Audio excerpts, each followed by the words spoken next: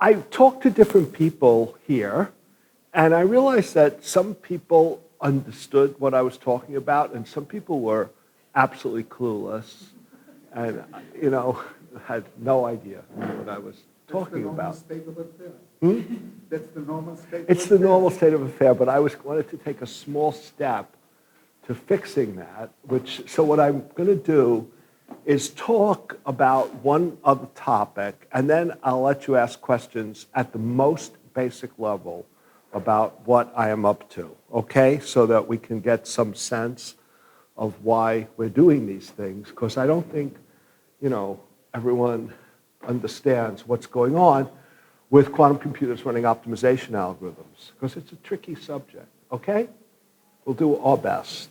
So anyway, I told you about some stuff. Can people hear me in the back? It's okay? The volume's okay? Thank you. So I told you about some stuff which I think is interesting. I'm going to tell you one other weird thing, and then we'll go to the attempt at satisfying everybody. So I have to go further up. I have all these talks. Oh, yeah, that was interesting. I didn't talk about that. That was interesting. Okay, I talked about that. See, the trouble, I'll tell you why I'm upset. You see that slide which has a mistake? I can't fix it. Because I just can't. It's impossible. Because the way I make the slides. So frustrating. Anyway, too bad. Okay, so anyway, here I'm going to talk about another topic, which is the QAOA gets stuck starting from a good classical string. And these are my collaborators, Maddie Kane, she's a graduate student at Harvard. Sam Gutman, who I work with on everything. I went to high school with him. Dan Renard and Eugene Tang, who are postdocs at MIT. And let me tell you what happens. So the usual QAOA starts in the uniform superposition of all inputs. And that's because we start in this state, which is plus in each direction. And, that's the uniform superposition over every possible string. And if you want to just see why that is, why that's an easy thing to make by going into the X basis, you notice that the plus state, plus means an eigenstate of sigma x with eigenvalue 1, is 1 over root 2, 0 plus 1. And if I multiply those out, so if I have 3 of them, I get 8 terms, which are 0, 0, 0, 0, 0, 1, etc. So by lining your spins up in the X direction, you're already starting in the uniform superposition of all possibilities. And that seems like a very natural place to start. Because, you're trying to find the optimum. Let's start in the uniform superposition. And that's the quantum analog of, let's say, starting an algorithm and just randomly flipping to produce a string, which is the starting point of your classical algorithm. But this is quantum, and this is one state representing them all. So, then we talk about how well the QAOA does. But now, you might imagine doing the following thing, which is run a classical algorithm and get a good string, which I'll call W, which is W1 to Wn. And the classical algorithm might be simulated annealing, which some people know what it is, some don't. But anyway, simulated annealing is a classical algorithm that's very successful for many combinatorial optimization problems. Now, of course, it's not provably successful in worst case. Otherwise, P would equal NP. So but still, it's very successful. But for max cut, there's another algorithm called Gomans-Williamson, which I think has been alluded to here. Gomans-Williamson is an algorithm for max cut, which gets a provable approximation ratio of 0.878. It's sort of fascinating that there is, I think I mentioned this before, but anyway, Gomans-Williamson gets 0.878 in worst case. I mean, in any instance, it would give 0.878 or better. And so, you could say, okay, let's run Gomez-Williamson, get a good cut for max cut, and then use that as the starting point. And then what we're going to do is we're going to define the QAOA unitary, which is that sequence of transformations.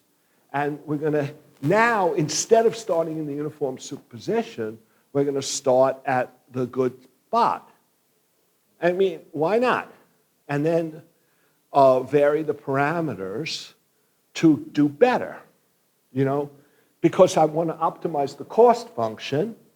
And, if you look at what the cost function is, okay, we don't have these things. Oh, we do. We have a new box, okay. Because what we want to optimize is gamma, beta, I'll write it as U. W, U, dagger, gamma, beta, the cost function, U, gamma, beta, W, and see if the parameters are 0, these parameters are 0, you get the cost function of W. So you would think that by varying the parameters, you can only do better, because you're starting at the cost function of W. But what happens if you go to the computer is it doesn't work. You don't move at all. It's sort of remarkable. So for example, on even this computer, I toss a 16-bit 3-regular graph. So a 16-bit 3-regular graph, again, it means that every vertex has 3 friends. And it's just something to do, pick a 3-regular graph. You got to do something. But you see, on a 3-regular graph, it has 24 edges. That's just a simple calculation. A 3-regular 16-bit graph has 24 edges. So that means that if you take an average cut, you cut half the edges. In other words, if I randomly assign plus and minus 1s to the vertices, I cut half the edges. So the average cut is 12. And so 12 is where the usual QAOA would start, because it starts in the uniform superposition, so it starts at 12. So 12 is kind of a crappy cut. And a 3-regular graph like this, maybe it has a cut, the best cut is, 22. It's not going to be 24. 24 is too much. So maybe it's 22. So then I can just go to the computer and find a string whose cut value is 15. So now my classical algorithm for finding a good string is just look at the different strings and pick one with myself. But that's a classical algorithm. I pick one.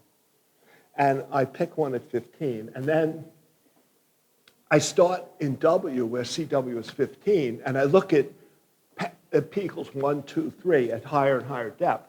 And every time I attempt to optimize with numerically, it returns that the best parameters are 0.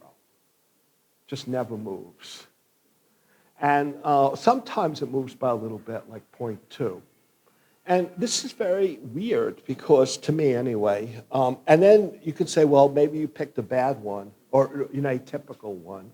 But at this number, I can go through every single string whose cut value is 15, because I have them in the computer. I go through every one, it happens every time. Or sometimes it may be improved by 0.2. But if I increase it to 17, let's say, nothing ever moves at all. So it's sort of unusual. Yes? So another computer if you start with the product string in the computational basis. Yeah. And then, so the first step of the algorithm is C++. I'm sorry, if I start in the uniform superposition. Some product state. Well, that's a product state. Yeah, like this one. That's a product state. Or the 0 product state. Oh, which one? Or just the uniform 0 product state. The uniform 0? You mean? The 0 bit string. Just or any product state. any, but Any product state in the Z basis. Oh, in the Z basis. Thank you. Yes. And then, so your algorithm starts with a rotation around the pauses, and it does rotation, the next rotation, right? If I take the gamma of the first rotation, Oh yeah, that doesn't do first one anything. to 0. The first one doesn't help because Yeah. that just introduces a phase. So that's not there. So let's just take it to 0. Yeah, the first guy, that's fair. And then the second one, if I take that to pi over 2 or whatever, I get a uniform superposition, right? Correct. So, I mean, I'm kind of back to where I started. Very good. So I Yeah. can just increase p by 1 and get like the same behavior. Great. Okay, that's starting it. with that uniform superposition string. Almost. Almost? No, you're almost right. Okay. Yeah. Yeah, well, what he said is quite true. What he said is this, is if I start in any string,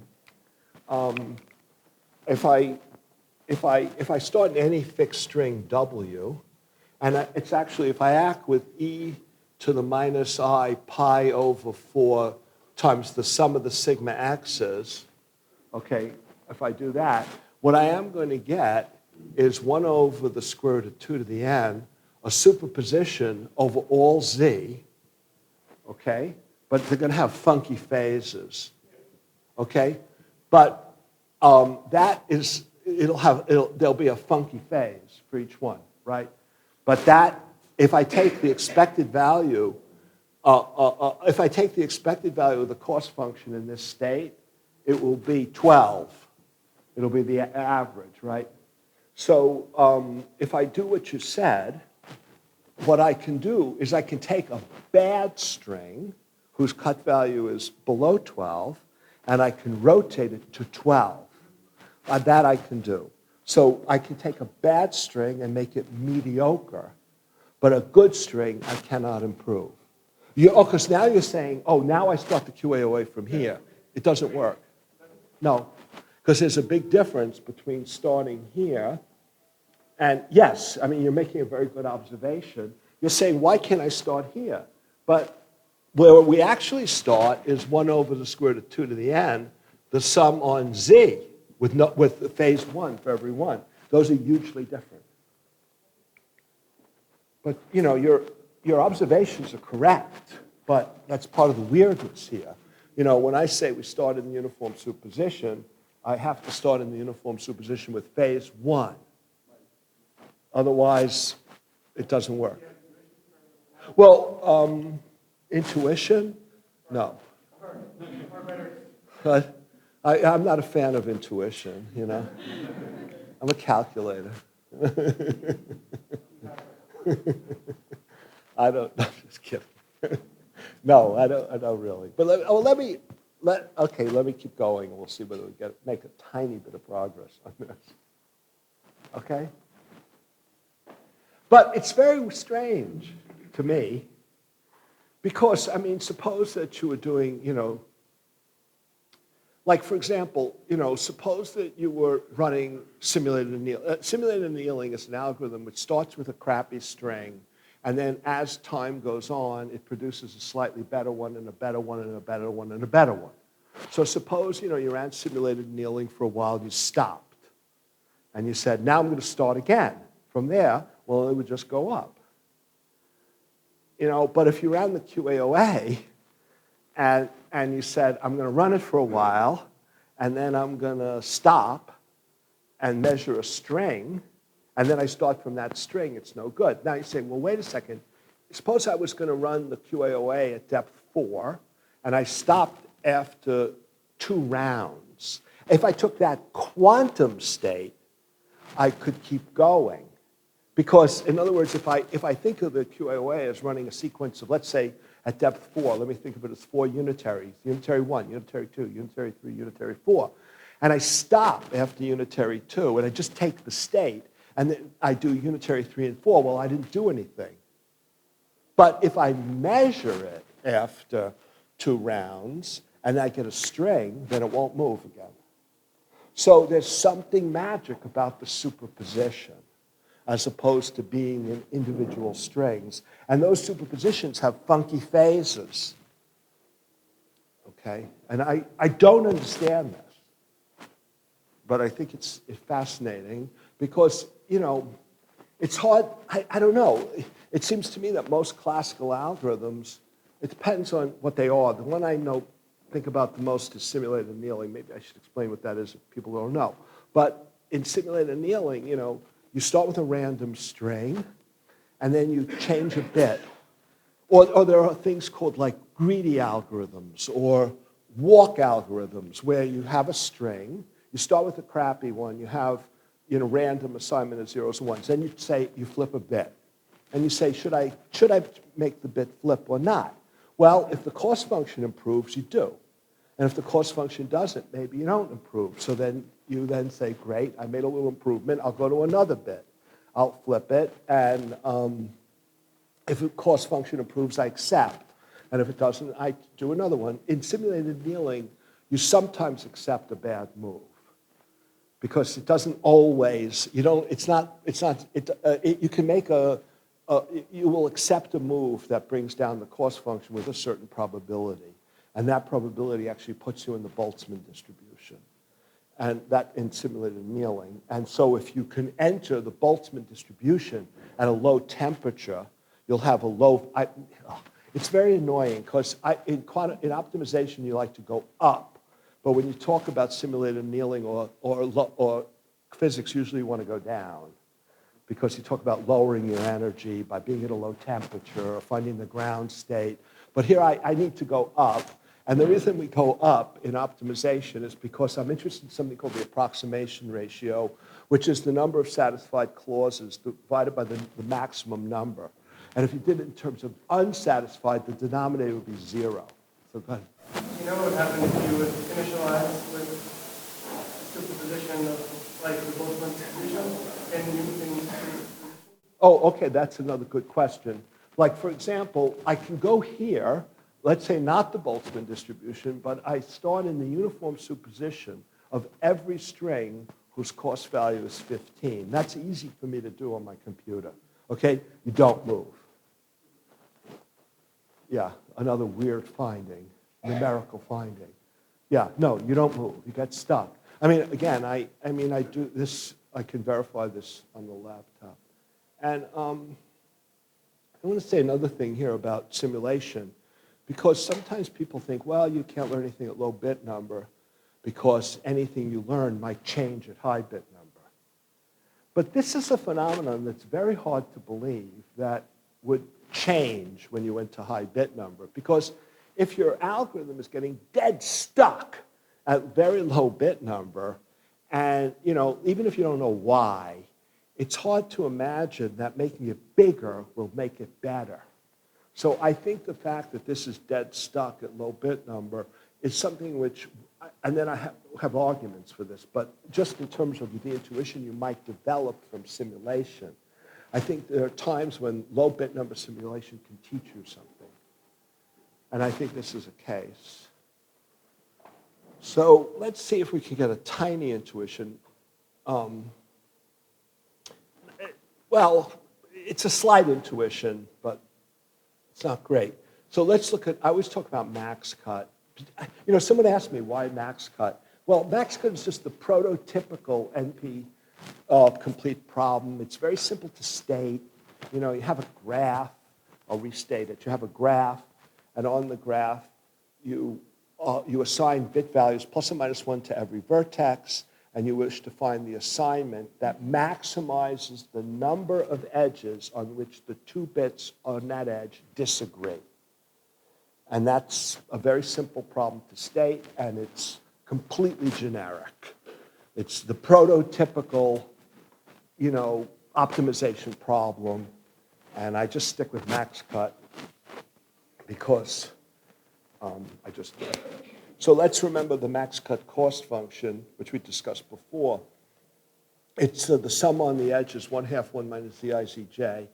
And again, if the 2 bits agree, then you get a 0. And if the 2 bits disagree, you get a 1 for each clause. And that's the way we define it. So now let's look at an individual term. So I'm going to look at the expected value of one clause term.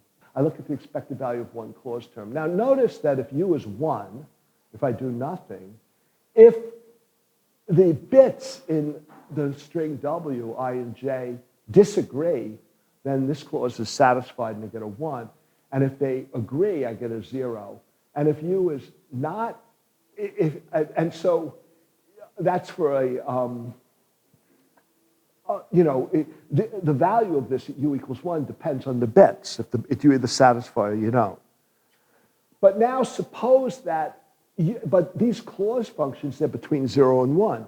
So that means when U is not 1, this can only go down a little bit, and this can only go up, if at all. So suppose this goes down by an amount epsilon, if Wi is not equal to Wj, and this goes up by an amount delta. So one goes down and the other goes up. Okay? Now, suppose that the amount you go down is equal to the amount you go up. Just suppose that. Then you'll see that you can't make progress because in a good string, there are more satisfied edges than unsatisfied. And so all the satisfied edges go down by a certain amount. The unsatisfied ones go up by a certain amount. But there are more good ones who are going down than there are bad ones going up. So you cannot move if this is true. Okay? Does that make sense? Okay, good. So that's that law. So now let me show you an example where this actually happens. And here I'm going to take a decoupled graph.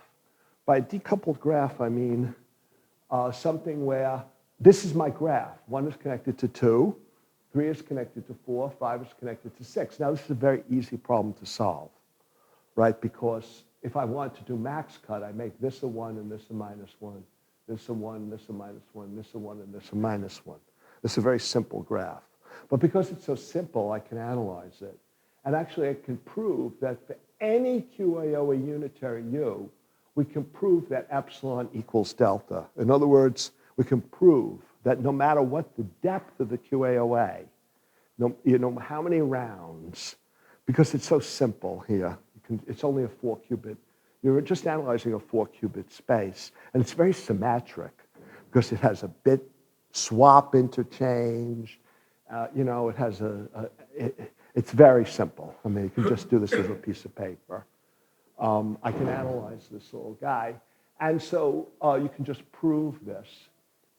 That's interesting because I've now proved that at any depth, so since I can do this, prove epsilon is delta, this proves that for this particular example, at any depth, if I warm start the QAOA, it will fail.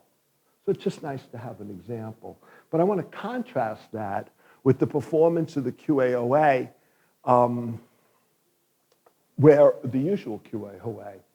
And it turns out that the usual QAOA at p equals 1, starting in the uniform superposition, works perfectly.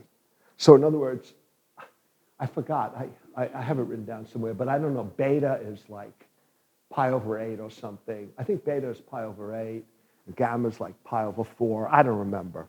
But you can just do it by hand, and you achieve perfection. So, it's sort of entertaining to me that here's an example where starting in the uniform superposition, you achieve perfection at p equals 1, and starting in a warm string, you only get failure. And of course, again, if you start in a bad string, I can bring it up to mediocre.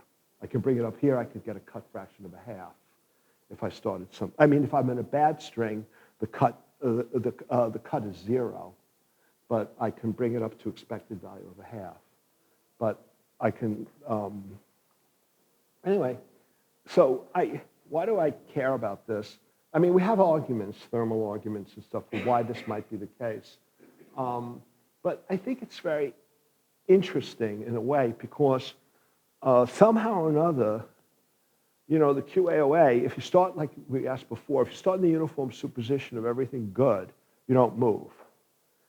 But if you start in the uniform superposition of everything good and bad, you just make progress. And I want to say another thing about the QAOA. which is that every numerical experiment anyone has ever done, we're starting in the uniform superposition. As you increase the depth, you just get better and better.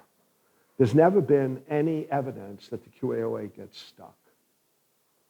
And, you know, Thomas Vidic would say, so, you know, who cares? You have to go to very high bit numbers where it will get stuck. But, you know, that can only tell you what I can do. So anyway. I'm sorry? Yeah, well, I'm not going to say that. And you chose here math. Yeah. Why can't you choose something like a preset? What? Okay. And deliberately add clauses that contradict each other, which means that like the maximum will be lower than half, and then these perturbations will make you go up and not down like here. It makes sense. Not exactly. So you're saying take 3 sat, okay, and then and I want to. I'm not talking 3 sat. I'm talking max 3 sat. Yeah. I'm not trying to solve this. I'm doing max 3 sat. So I want to go up, and and now what do you want me to do? Add deliberately contradicting terms. Mm-hmm. And so when you perturb, you're going to increase the cost function, increase like the yield function. Oh, somehow or another, you're saying my argument was that I had more good than bad, so now you want me to... In this specific problem, yeah, so just change the problem. Well, yeah, but then... So you want me to add more bad clauses, so those can only get better. Yeah. And then... And that maybe will help. Okay, I have to think about that. Yeah, I'm a little suspicious that that's too good to be true, but I'll think about it. I don't think I can process that in real time. Okay, but I think it's an idea, but I'm suspicious. But I'll think about it. Okay. Okay. So anyway,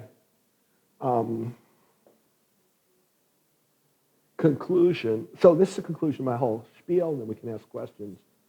The QAOA is an easy-to-implement all-purpose optimizer, which is kind of nice.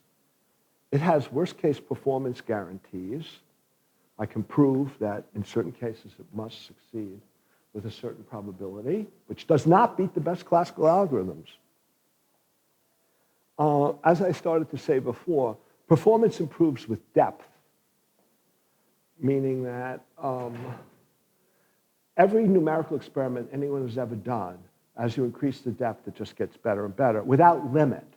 And that's interesting because if you believe that it has to fail, then you might think that there were cases where you'd see it fail. But I don't know.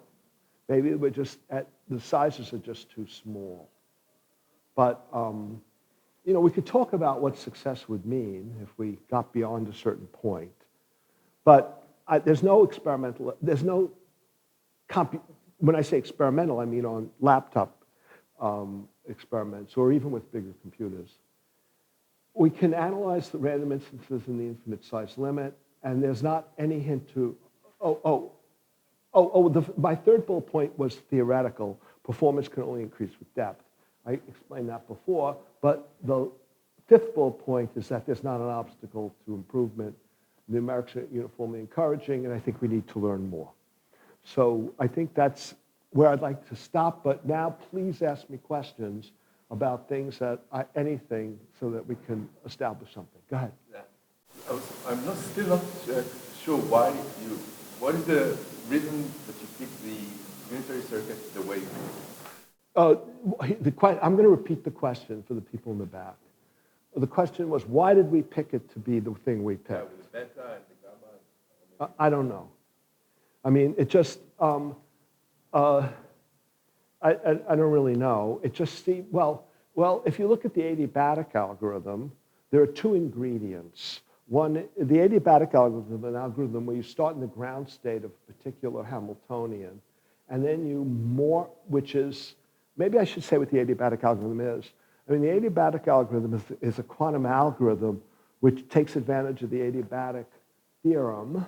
And what it does is, the adiabatic theorem says that if you start in the ground state of a quantum system and you slowly change the Hamiltonian, very, very slowly, and now you look at any time at what the ground state is of the Hamiltonian at that time, it says that it will, you're changing the Hamiltonian, and you'll follow, and as you're changing it, you're Schrodinger evolving. So you're evolving the state with a time-dependent Hamiltonian, which is slowly changing. So the state is changing, but you also can look at the Hamiltonian at the successive time, and the adiabatic theorem says that you will stay in the ground state of the instantaneous Hamiltonian. Let me demonstrate that, okay?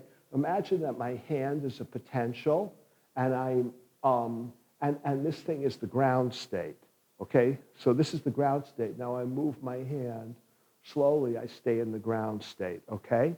But if I go like this, I lose it. So, because I went fast. And so, if you stay in the instantaneous ground state, in this case, you got better. I improved. Right? I did better. I got a better solution. Thank you very much. But, so the adiabatic algorithm says start with a Hamiltonian whose ground state you know, and then you want to end up in the ground state of a cost function whose ground state you don't know. So what you do is you interpolate between the two, and then you, and so that time, t is a big time. So at t equals 0, you have b, and at t equals capital T, you have c. And the adiabatic thing says if you start in the ground state of b, you'll end up in the ground state of c if you go slowly enough. So what you do now is if you take b to be the sum of the sigma x's, you can start in its ground state, which is just the strings, the spins lined up in the x direction, and then you morph it into the other one, and you will, and this works if you have infinite time, which, you know, is a little inconvenient. So anyway, so in the adiabatic, you have this, and some people accuse the QAOA of being a trotterized version of this evolution. The reason I don't accept that is because the QAOA actually can just have two parameters, e to the minus I beta b, and e to the minus I gamma c. It can be at depth 1. But I guess maybe the parameter, it sort of seemed, I don't know, you ask me why did we choose those? Maybe it's because we were thinking of the adiabatic algorithm. But I'm not sure. There was no any other reason? No. Natural. Yeah, I mean, these things we had encountered. But here, beta and gamma are not related to this T over T. Well, they would be, if I have a time-dependent Hamiltonian, and then I have an evolution, I can trotterize it. You know what I mean by that? I can write it into discrete. I do, but that's something to do. Oh, you know what trotterizing means? Trotterizing means if you have, like, you know, it follows from this. If you have it's this, e to the a is the limit as n goes to infinity of e to the a over n. Well, this looks, oh, no, I'm doing something completely stupid. No, e to the a plus b is the limit as n goes to infinity of e to the a over n, e to the b over n to the n. That's that formula. Okay, so what does that mean? That means that if you have a Hamiltonian, which is the sum of two terms, you can, and now think of n as, 20, then you can approximate it by the exponential of the first with a little coefficient, the exponential of the second with a little coefficient, and that's called the Trotter formula, and it allows you to approximate time evolution of quantum systems. Instead of evolving with this thing, which is very complicated, you can just evolve with discrete little times. Now, well, there is a relation here. Let me tell you one more thing, which is sort of amusing. You know, you could say, has anyone ever heard of bang bang? You know what bang bang is? Okay. Well, bang bang is a kind of amusing, to me, amusing thing. It says that if you have an optimization task, and it depends on a continuous parameter, and maybe there are a continuous parameter, and that continuous parameter can go between 0 and 1. And so you want to do something, and you're doing it with a continuous parameter, and you want to find the optimal path that achieves a certain result. Bang Bang says that under very general circumstances, the optimal thing to do is to set the parameter to 0 for a little bit, and then set the parameter to 1 for a little bit, and then 0. So you go, bang, bang, bang. And a beautiful example of that is parking your car. Suppose that you have your steering wheel, and you wish to park your car. Now, and so your optimal, you're trying to achieve something, which is getting the car in the parking space. From experience, you will notice that the optimal thing to do is to turn the steering wheel all the way to the left, and then go a little bit and turn it all the way to the right. It is not to continuously turn the steering wheel. And you can prove that from Bang Bang. So anyway, if you apply Bang Bang to this, it says that the optimal thing to do is not to continuously interpolate between these two things, but to turn one on and one off. And that's the QAOA. The only little problem is that the Bang Bang may tell you that you have to take an infinite number of things. So we can't really prove that the QAOA is better than adiabatic, because of that little caveat that it might be an infinite number of things. Fortunately, when you park the car, the Bang Bang will suffice with a fixed number of turns. But they are extreme. You go all the way to the left and all the way to the right. But anyway, so there's a relationship. Bang Bang would say that it's better to run the QAOA than the adiabatic. But it doesn't apply, if you just go to p equals 1, the lowest depth. And I think it's amusing that the QAOA has interesting results at the shallowest depth. So would Bang Bang say that I want to pick better to be for pi or pi? I hear what you're saying. I don't know. I have to think about it. Does it say that you just want an alternation of those two extreme things? I don't know. Maybe. I have to go back to it. Yeah, I don't know. In the adiabatic evolution, the small gaps play a role. Absolutely. What's the analog here? Well, yeah, great question. You see, the adiabatic algorithm, when I said that the time to run the adiabatic algorithm was infinite, it will work. Actually, there is a way to quantify that, and that's the following thing. If you look as a function of time here, between 1 and capital T, you have a different Hamiltonian at each time, and that Hamiltonian has a lowest energy state and a first excited state. So let me plot those energies. This is the energy of the ground state, And this is the energy of the first excited state. I just drew a picture. The levels never cross. We could talk about why levels never cross, but levels never cross. Okay? So it turns out that the actual runtime has to be much bigger than essentially 1 over the gap squared. It depends where this is the energy gap, the smallest thing.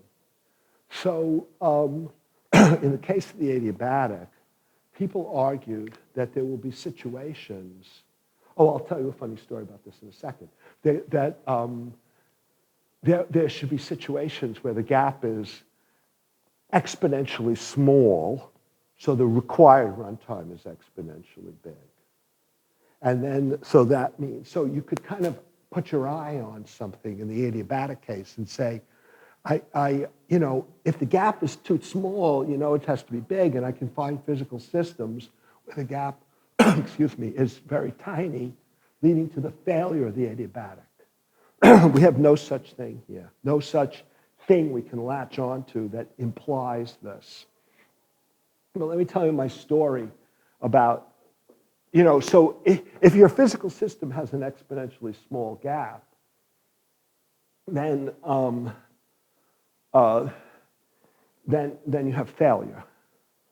So I went to Alexei Kitaev, you know who that is, the great condensed matter physicist, and I said, Alexei, let's consider a spin glass model where you have couplings, but classical couplings between spins, some generic model, and I put on a transverse magnetic field, which is what this looks like. But I just said, we have a model with classical spins, and then I put on a transverse magnetic field. It's a quantum model. I vary the magnetic field. And I said, from your experience as a condensed matter physicist, what do you think the gap is? So he said, exponentially small.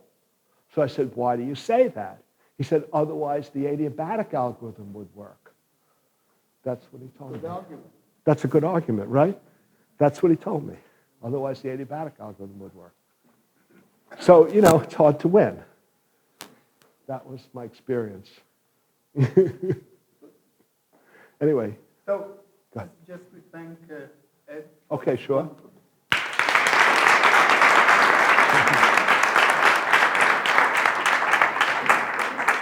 We have 90 seconds for questions. Yeah, 90 seconds. Good.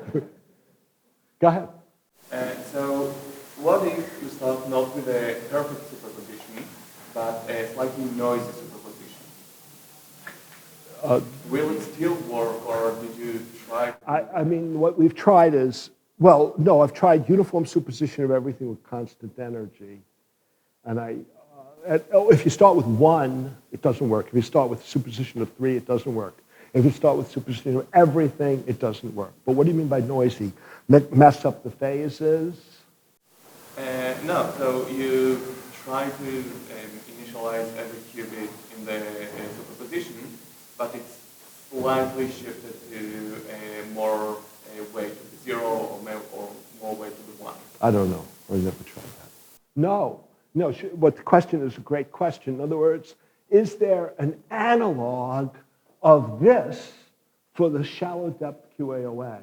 I don't know. I mean, and no one has really identified that. People have seen cases, though, where the adiabatic will fail, but the QAOA will succeed. There are examples of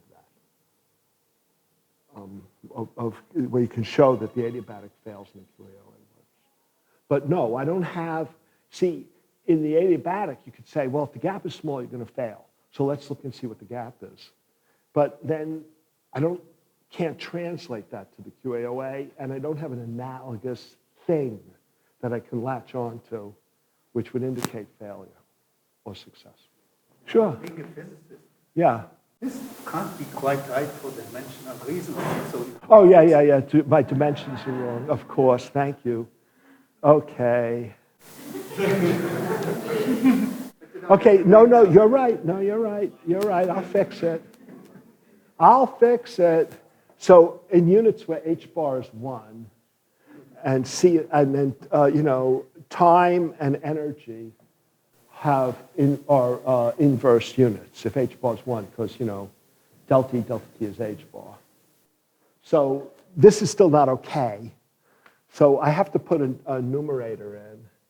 And the numerator is some matrix element of the time of the rate of change. I have to put in a matrix element upstairs, which involves, S is like T over T. So which involves the derivative of H with respect to S and some matrix element. So that fixes the units. No, No. it's too good because now it's h squared divided by gap squared. The gap is in energy. No. The gap is in energy. No, S is This is h squared. No, it isn't. DHDS. Yes, because s is. No, S is T over T. I made it dimensionless. Oh, you made it dimensional. I got ahead of you. Yeah. So this is an energy over an energy squared, which is a time. Good, we got it squared. Thank you. Thank you. All right.